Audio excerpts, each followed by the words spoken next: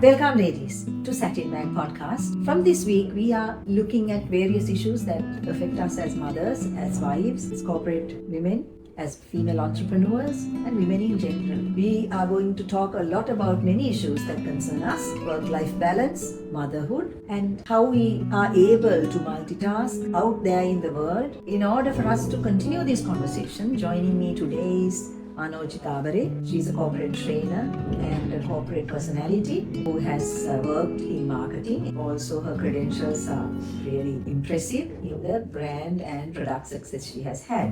Welcome, Manojee. Well, these are favorite topics that we throw around a lot about motherhood, about managing our work-life balance. Work-life balance is a sort of literally a buzzword. We talk about it every day. But somehow as mothers, caregivers, some people have aging parents.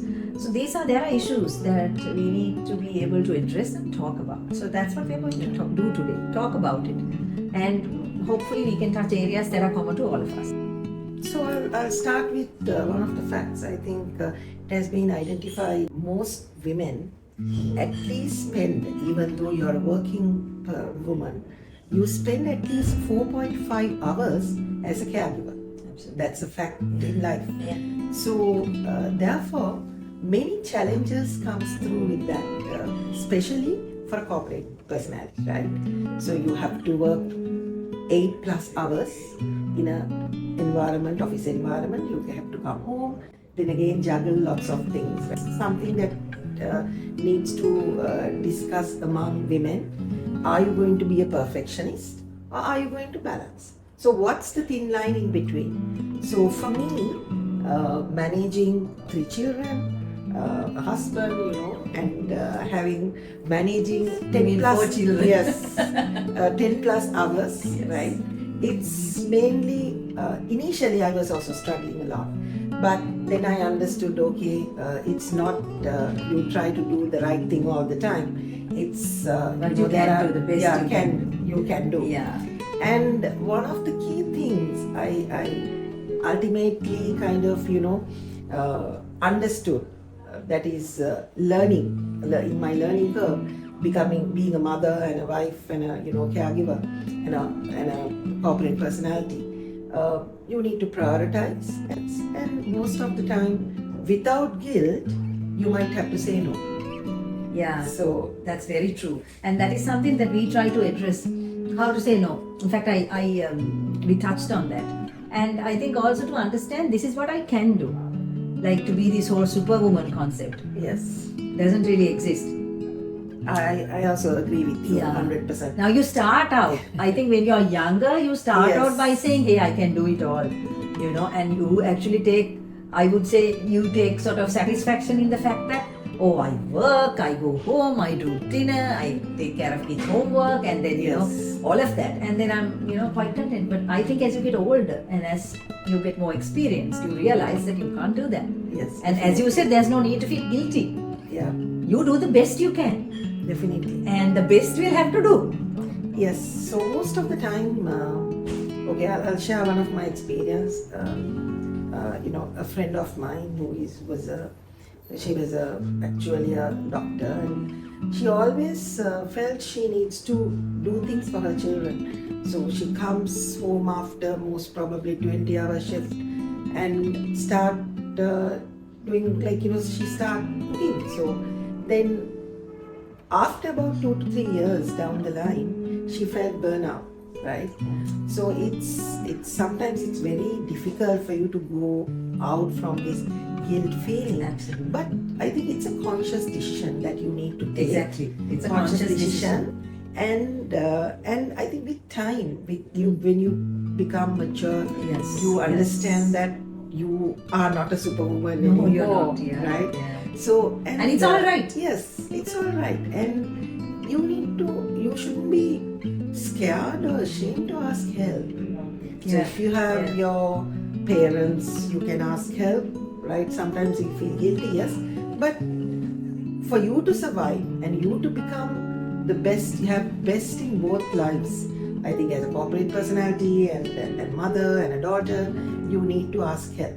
Yeah, I think as you said, it's the use of tech. Yes. It's not they sort of say, okay, don't give phones to your Yes. kids, and there's a whole conversation going on. But also it's the constructive use of tech. Definitely.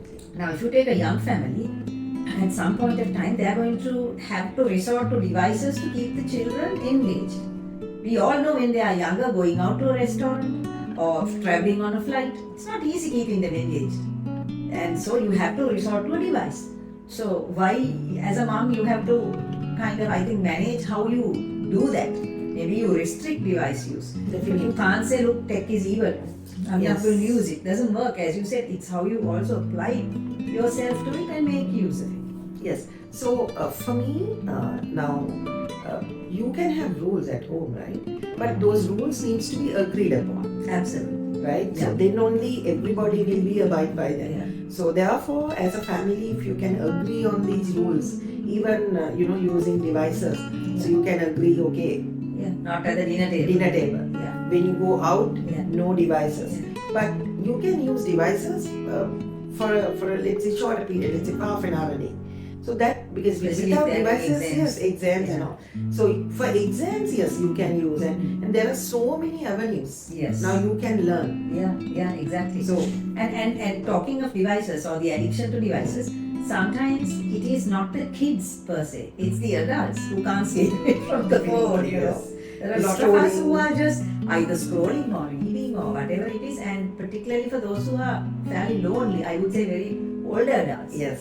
Who are empty nesters, they find the phone to be their only consolation. So there are very many angles to this.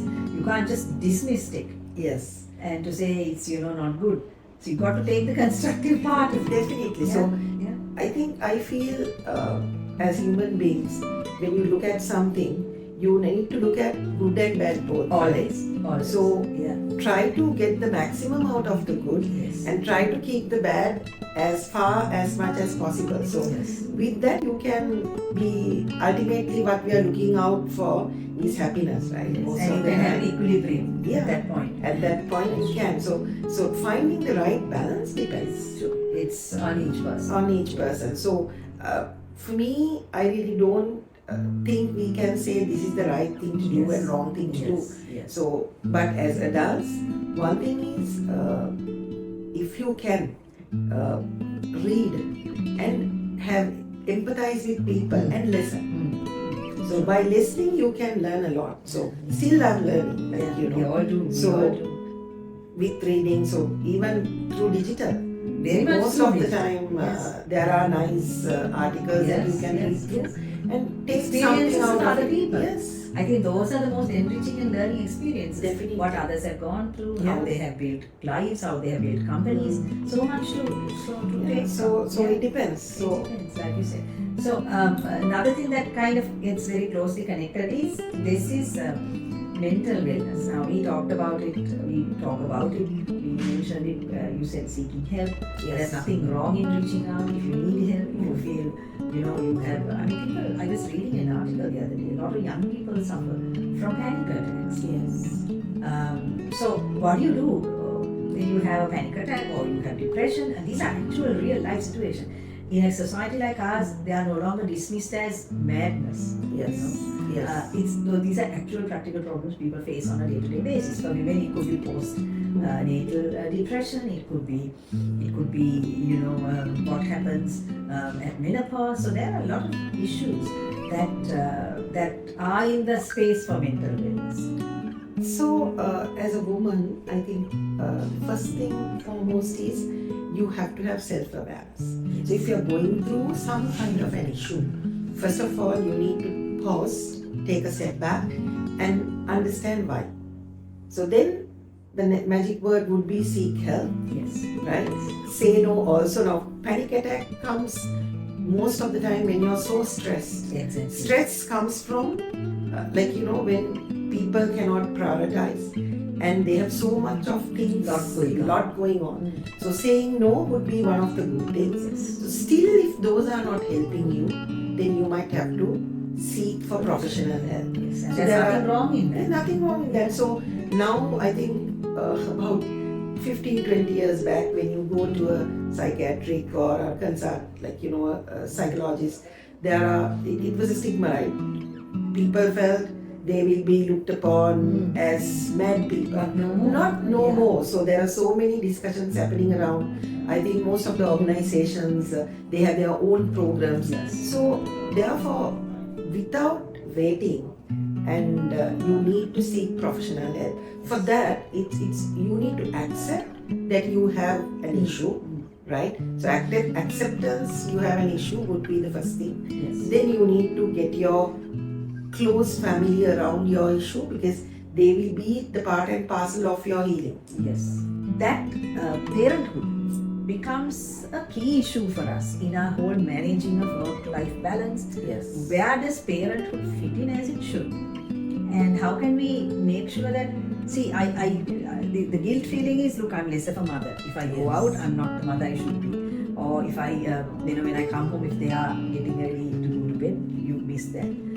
So there are ways in which we can work around this issue as mothers.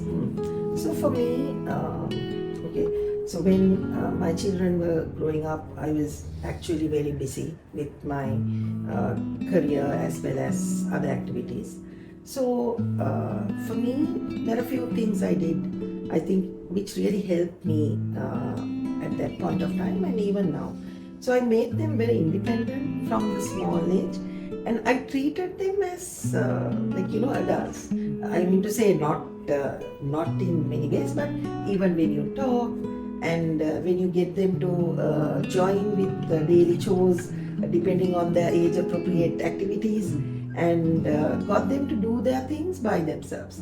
So now I always felt like, if even the children can understand, if what you will reap is what you sow, it's one of the key things. It's a process, because most of the time what happens with parenthood is parents are spoon feeding the children. So they are behind from grade now. If you go to a let's say a primary school, you will always see parents are behind children's activities. Helicopter parents. So that will not actually help them to grow up. Absolutely. That's right. You're spot on there. So therefore, because they don't have room to think for themselves. Everything is done. Everything is done for them. So when they come to an age where they have to think, they will not think. So that's why most of the now, one of the other facts now, recently I saw in social media, that 60% of school children in Gampaha district, school children, has some kind of depression situation. It's very scary, right? Very scary. Even these university students. Yes. How many committed suicide? That's right. So every day, you see somebody, some child less than 20 years of age, suicide. So the pressure is only to perform. So only to get grades. So, but the other activities are all mostly subdued.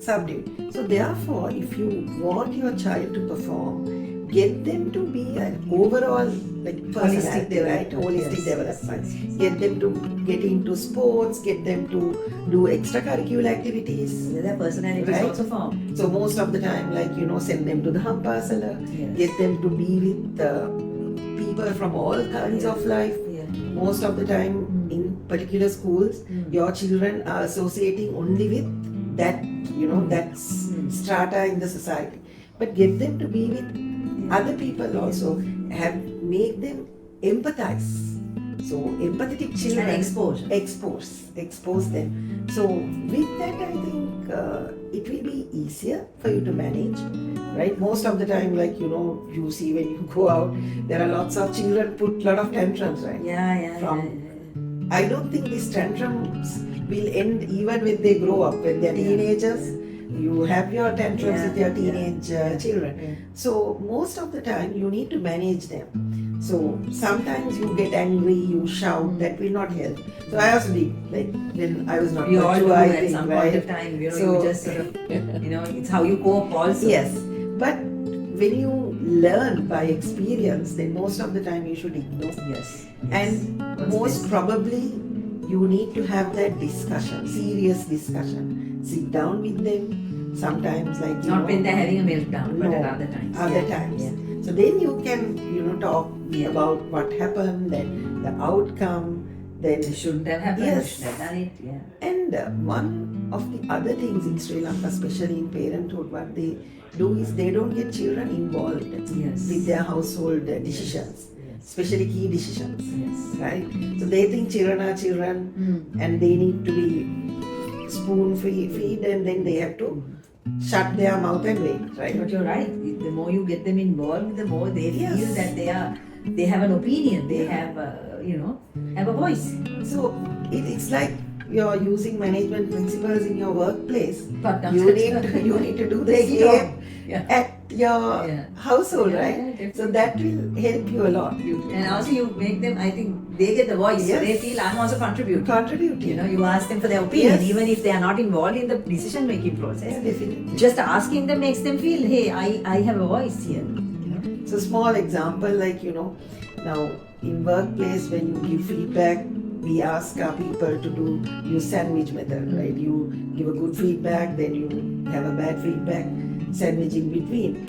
But why can't you do the same with your children? Yeah, absolutely. So most of the time, if we try to kind of apply the same rules that we use in our workplace, it will work.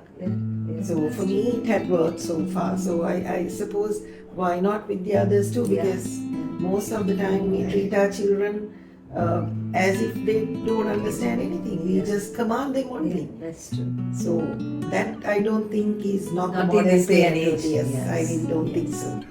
So it's been an interesting conversation. I think as we've been able to talk about issues that concern everyone, all of the women out there. So thank you, Manojee, for joining us.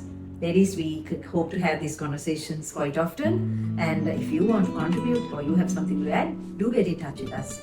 And stay with Satynmag.com. Thank you, Manojee, for your time. Thank you. And thank you, ladies, for watching.